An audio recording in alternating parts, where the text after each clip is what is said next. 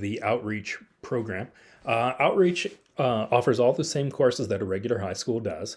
The main difference with our outreach program in Westwind is we complement face-to-face instruction with some independent content. And the courses we provide in outreach are the grade 10 to 12 courses, and that's suitable for any student who's eligible for full funding. So that means you just have to be under 20 as of September 29th of the year you're enrolled in. Can grade 9 students take outreach courses? Yeah, they can for some subjects if they're at the academic levels for those things. You just have to know that it affects your sports eligibility. You start counting your 3 years of eligibility once you take your first grade 10 course. And then some grade 11 courses, like some of the option courses, just have to be held over for a year till they can be submitted. And then also, we just have some caveats. Generally, grade 9 students are still in the mode of here's my weekly assignment for this week, and they aren't quite used to the independent nature of reading textbooks and written content to learn a subject. And they aren't quite used to working towards an entire unit. Now, as the students have more of a homeschool background and are used to more independent content, then they're able to motor through the modules that are usually delivered in outreach. Now, high school can be delivered in a whole bunch of different ways here in Westwind. We've got our full-time outreach courses. You can also take joint courses, which means you're taking some outreach courses and some at a traditional school. They both count in the same way towards a high school diploma. And you can also take outreach and home education now. So that means you can have some of the funds for home education where you're delivering the content yourself of whatever you choose according to the home education regulations. And then you can also take an outreach course through us, understanding that those courses can count towards your high school graduation, but you still have to meet the credit standards to get a high school diploma. And then, of course, there's other service providers that provide online education here in the province. So the main thing to look at for how Westwind delivers our outreach program is really in the spectrum of individualization. How much is it just a sort of a number, and here's the content, and I hope it works for you, versus how much you need content customized for your learning needs or individualized. And then also, what flexibility do you have to complete this at your own home, all within 1 month, or spread out over any time, over a full year or something. And so when we take a look at that, there's a bunch of different service providers.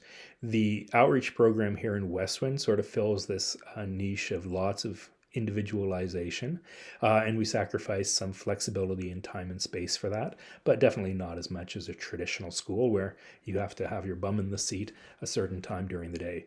Online providers like Vista Virtual or the old Alberta Distance Learning Center, ADLC, don't have really any individualization possible, but they have more flexibility in time and space. And then we have some urban outreach centers where there's counseling services that are provided for students that are at risk, and then they're also taking those online courses. So it's a bit of a split world there. And then we also have some service providers that provide online education complemented by strong video content, and that would be something like a North Star. And then we see our programming here in outreach is really split by the delivery option that we have, going from teacher-led, blended, which mixes some face-to-face instruction with some of that module-based reading, to more module-based courses come in if you got, and when you come in, we'll answer your questions you had on the content, all the way to just going through the print content that we have available, or the online versions for some of those courses. So what's the real difference? Well, we see the teacher time, some of it spent on content prep, making really good resources, and we'll see the online schools doing lots of time on those, as well as the traditional schools. And then where the outreach in our school division shines is more on that instruction and individualization for the students. And we'll see the traditional schools very strong there, with lots of teacher time spent on running through classes, and then helping out small groups and running the educational assistance to help students in need, and then having extra programs for those students who have special learning needs. Now, when we look to outreach, we've got a variety of different pathways and requirements for completing high school. One is the regular high school diploma, 100 credits, and we'll go through the courses that are required to receive that diploma. There's also the GED. So students who've been out of school for some time can challenge the high school diploma by writing 5 tests administered at a place like Lethbridge College. And there's textbooks that go over the skills for those. Great for students with high IQ, but just challenged to get content done for whatever reasons, assignments handed in, or have ups and downs in life. We also have a high school achievement, and that's an 80 credit version of the high school diploma. And then there's some knowledge and employability courses, so courses that don't require a diploma and are done at a lower level and won't be usable for entrance into post-secondary in those specific subjects. There's also the high school certificate of completion, and that's for students who have strongly modified programs. And then there's also mature student graduation. So that means if you've graduated for a few years, you can submit to get your high school diploma as long as you have your English completed, but you don't need the Social 30. Now, when we look at high school diploma graduations, 100 credits, and each course is about 5 credits, so there's 20 courses that you would need to take. 3 years of English, 3 years of social, completing those diplomas, 2 years of math, 2 years of science, and then you need a gym course and a comm course, and then you need some extra credits, basically your option classes, and then some of those option classes need to be at the grade 12 level.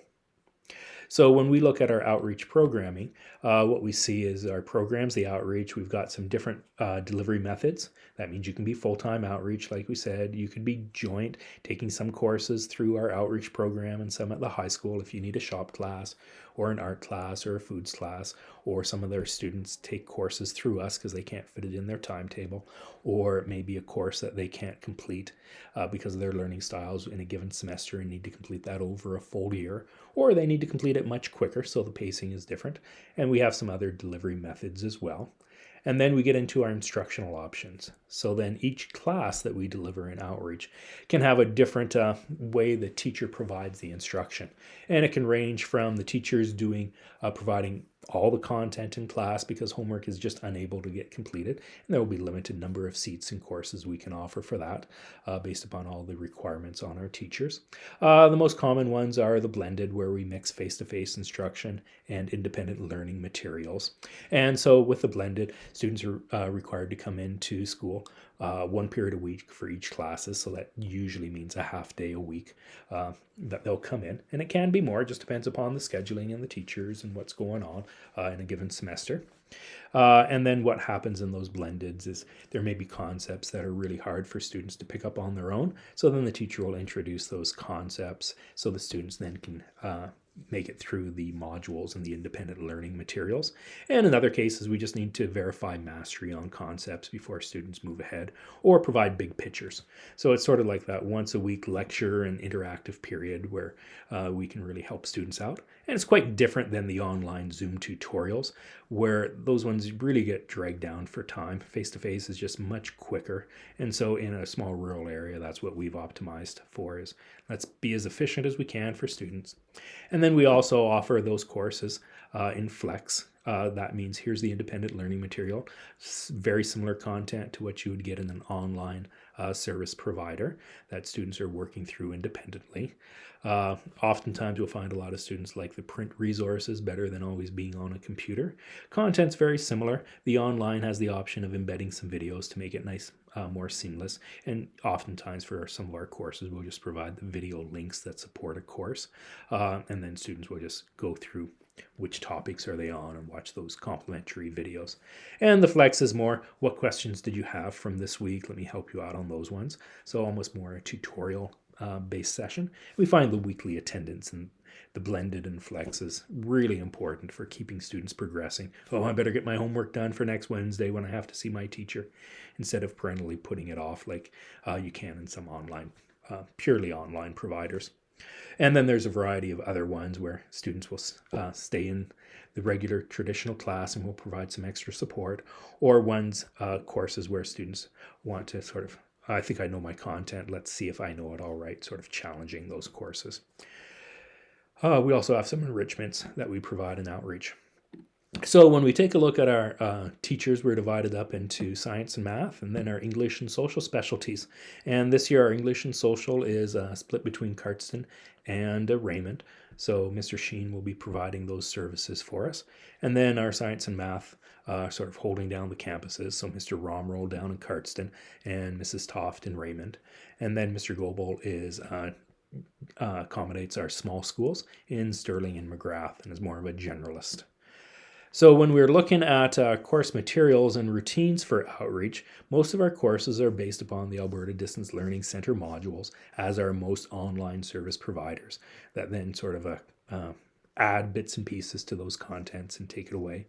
Our English is getting simplified from the Alberta Distance Learning Centre, really focusing more on the core skills that we need for English, and that allows us to customize topics and contents more for students and provide more coaching on the core skills they need to get ready for their diplomas. We've simplified the social studies courses so they're more focused, and then with the face-to-face instruction, we can verify if students have any topics that they aren't understanding or skills that they aren't mastering. And then we also have some of our math classes, which are more based upon sort of workbooks and tests, practice tests, and then writing secure tests. So less assignments and busy work like that. And then, like I said, our English is more focused on the skill development. Now, the big thing with the way the instruction goes is the attendance. So our default is always for students to come in once a week to get help in each course they're taking. And usually we limit those to 2 core courses, just so students don't get too spread too thin. And then those courses can be completed as quickly as they need to. So if they wanted to get through a course in a month, they certainly are able to, and then write the final exam. And so the reason why we do that is it just makes sure students are always working towards some date. Oh, I better get my homework ready for next week and get through this content. And so that allows us the face-to-face to review any questions they might have so they aren't getting hung up on one concept or completing a concept and doing it erroneously. It also helps us introduce those concepts that are difficult to master and also give students the big picture. Here's what's going on in the course. Here's why you're doing it.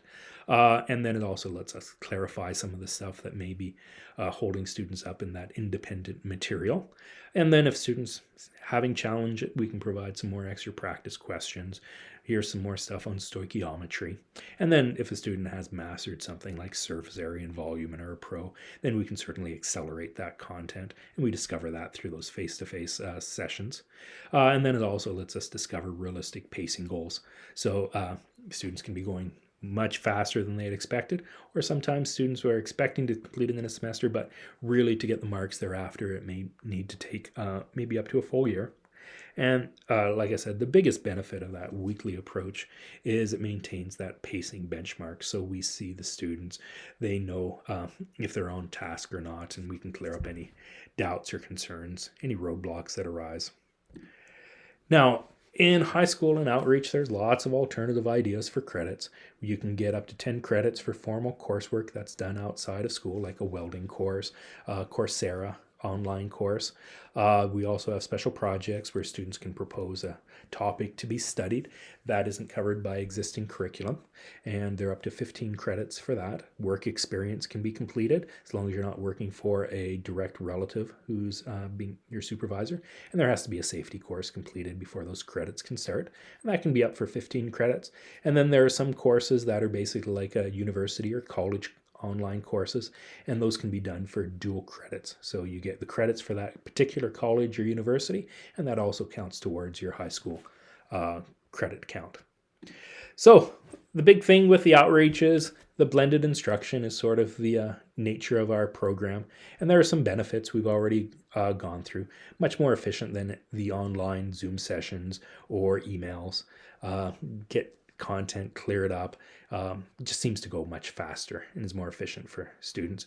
And you also discover a lot more of the hurdles, anxiety of not coming in or not submitting something.